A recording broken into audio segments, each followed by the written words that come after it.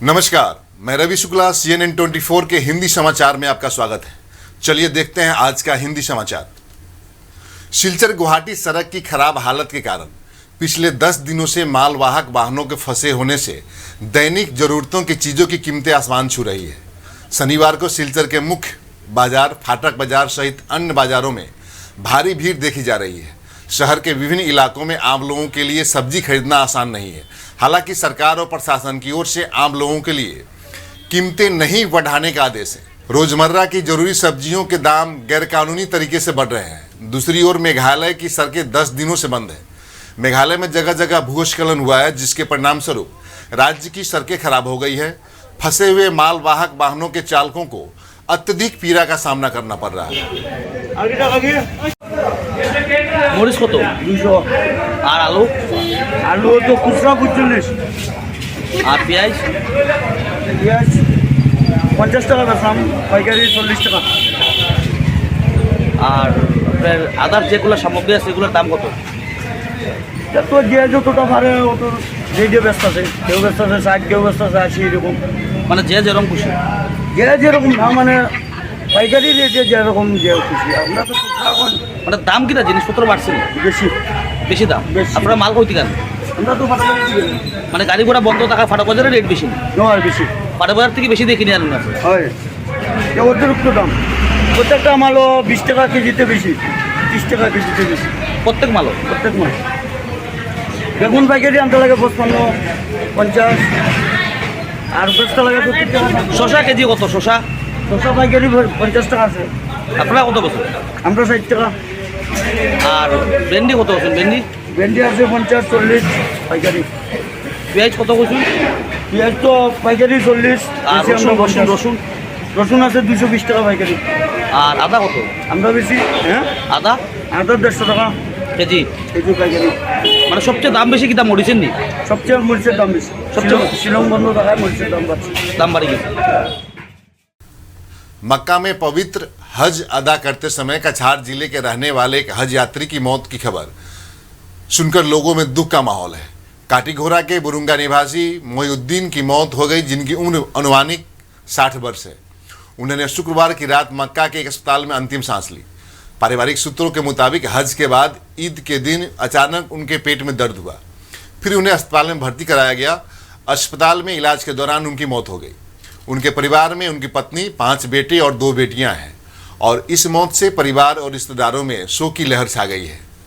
मालूम हो कि इससे पहले गोसाईपुर इलाके के हाजी जलालुद्दीन लश्कर, मौलाना सैफुद्दीन बरवैया और बरखोला के जासिरुद्दीन मजुमदार का निधन हो चुका है। बेतुगांधी बांध के किनारे काम करने के दौरान ठेकेदार को धमकियों का सामना करना पड़ रहा है। काम करने वाले ठेकेदार नाजिर हुसैन लश्कर को सिलचर उपनगर में बेतुकांदी बांध के किनारे काम करते समय धमकी का सामना करना पड़ रहा है। उन्होंने कहा कि बांध का एक हिस्सा नीचे चला गया था, इसलिए विभागीय स्तर पर बोरा और पार्कोपाइन से बांध का मरम्मत किया जा रहा है। 1 सप्ताह के अंदर कार्य पूरा कर लिया जाएगा। उन्होंने कहा कि बेतुकांदी इलाके में रहने वाले ऑटो चालक राजौन हुसैन मजुमदार के पिता अबुल हुसैन मजुमदार बांध के निर्माण में बाधा डाल रहे हैं। उन्होंने सिलचर सदर ओसी अमृत सिंह के पास शिकायत दर्ज कराई है। नाजिर ने कहा कि वह सरकारी आदेश पर काम कर रहे हैं।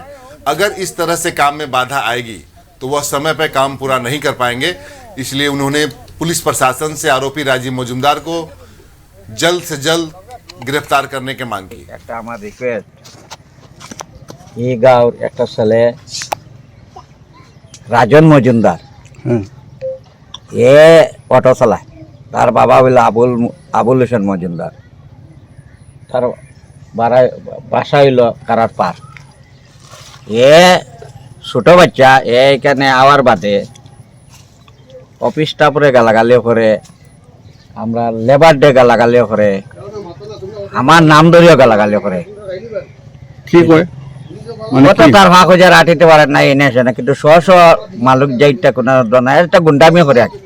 আমি পুলিশ প্রশাসক ওসি স্যারকে জানাইছি, তার নম্বরও দিছি, তার নাম দিছি, তার বাবার নাম দিছি, সব দিছি। আপনার চ্যানেলের ধরতে গিয়ে আমি কই আর তারে যদি ভিতর ব্যবস্থা অ্যারেস্ট না করা হয়, কাজগুলো আমরা বন্ধ রাখ। মানে সরকারি কাজও বাধা দেয়? সরকারি কাজও বাধা দেয়। কি নাম তার? রাজীব রাজন মজুমদার, বাবার নাম হইলো আবুল হোসেন মজুমদার। খারাপার বেরেঙ্গা পাতে তারা যদি অ্যারেস্ট না করা হয় তা আমরা 2-1 দিন ভিতরে থেকে কাজ পুরো বন্ধ রাখবো, এতে কাজ না খতম না ভাঙ্গে যাও, তারা অ্যারেস্ট যাতে না করা হইব আমরা কাজ খতম। আমরা প্রশাসনেও জানাইছি, ডিপার্টমেন্টেও জানাইছি, সব জানাইছি। ওসি স্যারটা আমি নিজের নামও সব দিছি, ওসি স্যার অবশ্য নাম দিবার লাগে। আর পর্যন্ত অ্যারেস্ট হয়েছে না, অ্যারেস্ট না হইলে এখানে কোনো কাজ হইতো না। राज्य के जल संसाधन मंत्री पीयूष हजारिका रविवार को बेरंगा नाथपारा बांध का दौरा करेंगे। राज्य के जल संसाधन मंत्री पीयूष हजारिका निरीक्षण के लिए बेरंगा नाथपारा बांध का दौरा करेंगे और रविवार को कछार जिले में बाढ़ की स्थिति और बांध निर्माण कार्य का निरीक्षण करेंगे।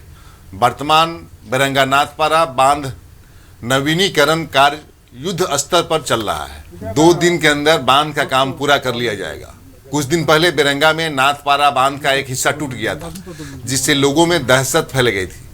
सिलचर जल संसाधन विभाग के कार्यकारी इंजीनियर अबू यूसुफ मोहम्मद के जमान ने कहा, अब इस हिस्से को लेकर डरने की जरूरत नहीं है।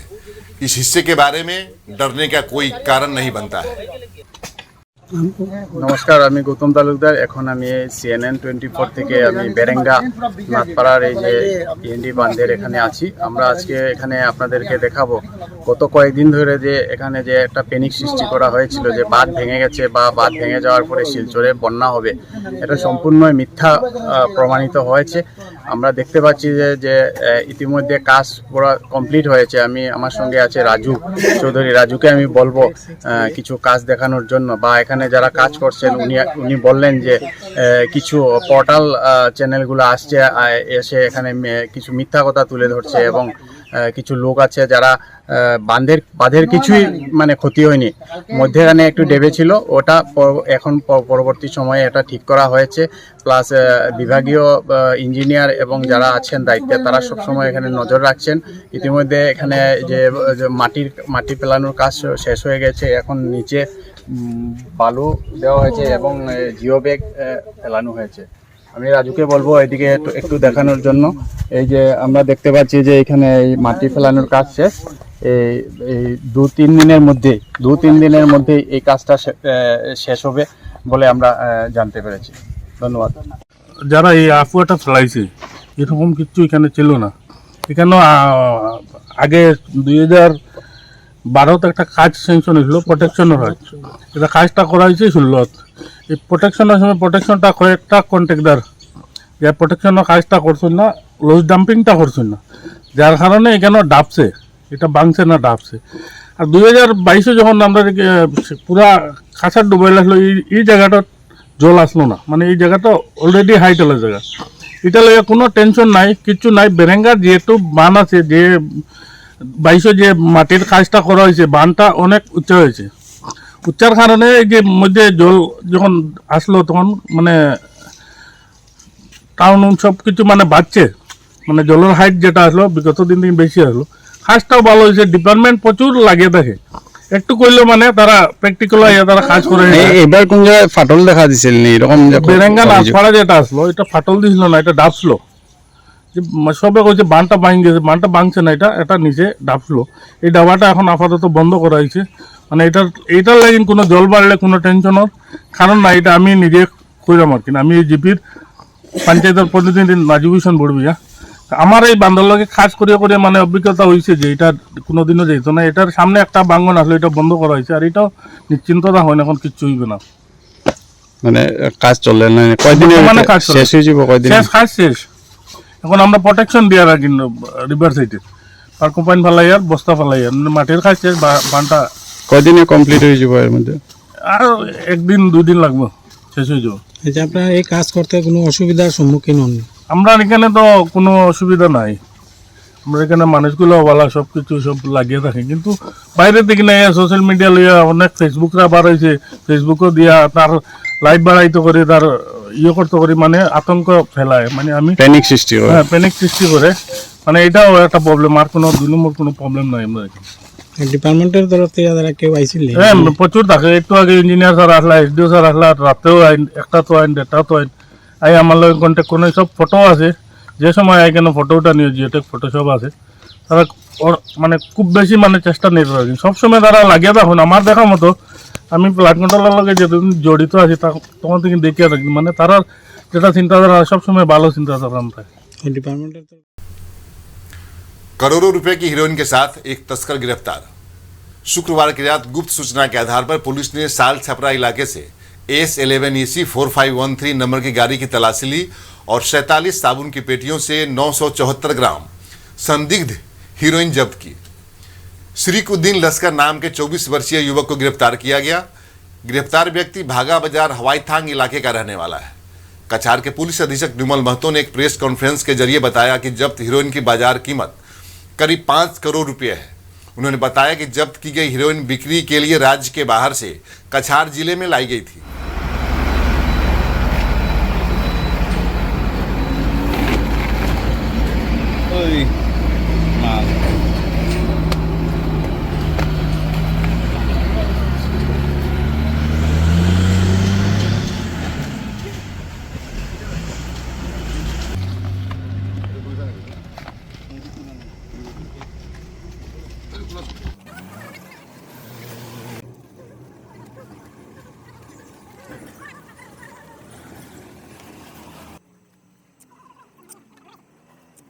নিচাযুক্ত সামগ্ৰী বা ড্ৰাগছৰ বিৰুদ্ধে আমাৰ যি অভিযান অব্যাহত আছে আৰু এই অভিযানৰ এক অংশস্বৰূপে যোৱা পুৱতি নিশা আমি এটা বিশেষ সূত্ৰৰ পৰম খেদি আমি এটা অভিযান চলাইছিলোঁ আৰু এই গোটেই অভিযানটো চলিছিলে চালচাপৰা অঞ্চলত এই সদৰ থানাৰ এলেকাধীন চালচাপৰা অঞ্চলত নেশ্যনেল হাইৱে 37 নেশ্যনেল হাইৱেত এটা অভিযান চলিছিলে আৰু এই অভিযান কালত আমি এখন অটো ৰিক্সা আৰু অটো ৰিক্সাখন বাঘা ধলাই অঞ্চলৰ পৰা আহি আছিলে। অটো ৰিক্সাখনৰ নাম্বাৰ হ'ল AS11EC 4513। এই অটো ৰিক্সাখন আমি ইণ্টাৰচেপ্ট কৰোঁ, অটো ৰিক্সাখন আমি ধৰোঁ আৰু অটো ৰিক্সাখন ইণ্টাৰচেপ্ট কৰাৰ পাছত ইয়াত থকা এজন ব্যক্তি মানুহজনৰ নাম হ'ল চিৰিকুদ্দিন Laskar. চিৰিকুদ্দিন Laskar 24 years, son of Rafikuddin Laskar. Dhalai অঞ্চলৰ হাৱাইথাং নামৰ গাঁৱৰ তেওঁ ব্যক্তি। এই ব্যক্তিজনকো আমি লগতে ধৰোঁ আৰু ধৰাৰ লগতে যেতিয়া আমি অটো ৰিক্সাখন খানতালাচি চলাওঁ তাত চাৰ্চ কৰোঁ। চাৰ্চ কৰোঁতে আমি 47 নাম্বাৰ্ছ অফ চ'প কেছেছ মানে 47 নাম্বাৰ্ছ অফ চাবোনৰ বাকচত সাসপেক্ট টু বি হিৰোইনছ থকা আমি পেকেট জব্দ কৰোঁ আৰু সেইখিনিক আমি তাতে জব্দ কৰাৰ লগতে আমি সেইখিনিত যিখন অটো ব্যৱহাৰ কৰিছিলে এই নিচাযুক্ত সামগ্ৰীখিনি সৰবৰাহ কৰিবৰ কাৰণে সেই গাড়ীখনিকো আমি তাত জব্দ কৰোঁ আৰু গোটেই অভিযানটোত আমি যিটো আমাৰ পৰিমাণৰ আমি লাভ কৰিছোঁ, যিটো হিৰোইন আমি লাভ কৰিছোঁ তাৰ পৰিমাণ হ'ল 974 grams. 974 grams, it is about 1 kilograms of heroin আৰু আমি তাত জব্দ কৰিবলৈ সক্ষম হ'লোঁ। আৰু এই হিৰোইনখিনিৰ যিখিনি নিচাযুক্ত সামগ্ৰী এইখিনিৰ চোৰাং বজাৰত ইয়াৰ মূল্য প্ৰায় 5 কোটিৰো অধিক টকা হ'ব। গতিকে গোটেই অভিযান কালত আমি এইখিনি বস্তু আমি বৰামদ কৰিছোঁ আৰু ইয়াৰ লগতে যিসকল লোক আৰু ইয়াৰ লগত সম্পৰ্কিত হৈ আছে বা জড়িত হৈ আছে তেওঁলোকক ধৰিবৰ কাৰণে আমি জোৰ তদন্ত চলাই আছোঁ। আৰু এই যি অভিযান চলিছিলে এই অভিযানৰ যি প্ৰাইমা ফেচি যে প্ৰাৰম্ভিক তদন্তত আমি দেখা পাইছোঁ যে এই সামগ্ৰীখিনি বৃহৎ পৰিমাণৰ যিখিনি সামগ্ৰী আছে এই সামগ্ৰীখিনি নিচাযুক্ত সামগ্ৰীখিনি চুবুৰীয়া ৰাজ্যৰ পৰা আমাৰ ইয়ালৈ আহিছিলে আৰু আমাৰ জিলাৰ মাধ্যমেৰে अन्य एक सुबुरिया राज्य रुई जोर परिकल्पना। बाढ़ राहत से वंचित कई लोगों ने करीमगंज सदर अंचल कार्यालय के सामने प्रदर्शन किया। राहत वितरण में हेराफेरी के आरोप में करीमगंज सदर अंचल कार्यालय में हंगामा हुआ। वंचित लोगों ने अंचल कार्यालय पर प्रदर्शन कर आरोप लगाया कि 7-8 दिनों से बाढ़ के पानी में डूबे अधिकांश बाढ़ पीड़ित राहत सामग्री पाने से वंचित है। शनिवार को वकील हसीना रहमान चौधरी के नेतृत्व में सैकड़ों पीड़ितों ने करीमगंज सदर सर्किल अधिकारी जॉय क्रिस्टीना नागमलाई के साथ मुलाकात की और 8 सूत्री मांगों के साथ एक ज्ञापन सौंपा, जिसमें शिशु आहार, पशु चारा का वितरण, बाढ़ प्रभावित घरों के लिए मुआवजे की मांग और किसानों को राहत सामग्री का उचित वितरण करने की मांग की गई है। वहीं उन्होंने बाढ़ के दौरान स्वास्थ्य शिविर की व्यवस्था करने की भी मांग की है। पूर्व केंद्रीय मंत्री कविंद्र प्रकाश बीमार हैं। इस खबर से उनके प्रशंसक और चाहने वाले काफी दुखी हैं। उत्तर पूर्वी क्षेत्र में बीजेपी पार्टी के संस्थापकों में से एक और बीजेपी के पितामह पूर्व केंद्रीय मंत्री कविंद्र प्रकाश अचानक बीमार पड़ गए।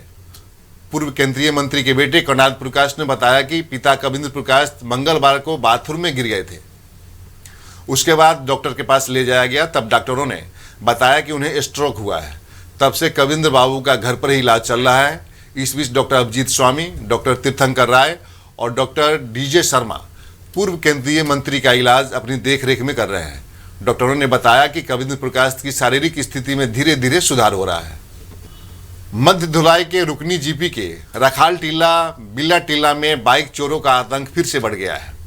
शुक्रवार की देर रात बाइक चोर ने रखाल टीला गांव में धावा बोलकर राजकुमार राय का स्कूटी चोरी करने में सफल हो गए। और एक घटना में रखाल टीला गांव के विशाल ग्वाला नाम के व्यक्ति का एक FZ यामाहा बाइक भी चोरी कर ले जा रहे थे, लेकिन अचानक खराब हो जाने के कारण चोर उसे बीच रास्ते में छोड़कर भाग गए। पालंघाट पुलिस इस घटना की जांच कर रही है। আমার বাসা হইল রাখালটিলা। আমরা এখানে মানে বাইক রাখি বৃষ্টির কারণে রুকনি জিপি অফিস, এখানেও একটা মানে ঘর আসলো পুরাতন জিপি অফিস। বাইকটা এখানে রাখি বৃষ্টির কারণে আমরা মানে এখানে ঘরে মানে নেওয়াটা মানে সম্ভব নয়, অসম্ভব। এর জন্য আমরা এখানে রাখিয়া যাই গিয়া। কালকে গত রাত্রে আমরা এখান থেকে একটা স্কুটি চুরি হয়েছে, তার লগে আমার আসলো FZ বাইক। সেটাও মানে তারা নেওয়ার জন্য বেজান চেষ্টা করছে, তারপরে সেটা তারা মানে নিতে পারছে না। না নেওয়া মানে 100 মিটার হইব এখান থেকে, যেখান থেকে বাইক রাখি 100 মিটার দূরে তারা নিয়ে আমার বাইকটা মানে ওখানে রাখিয়া তারা চোররা গেছে গিয়া। তারপরে সকালে উঠার পরে রাজকুমার আইসে রায়, যার মানে স্কুটি তারা নিয়ে গেছে গিয়া।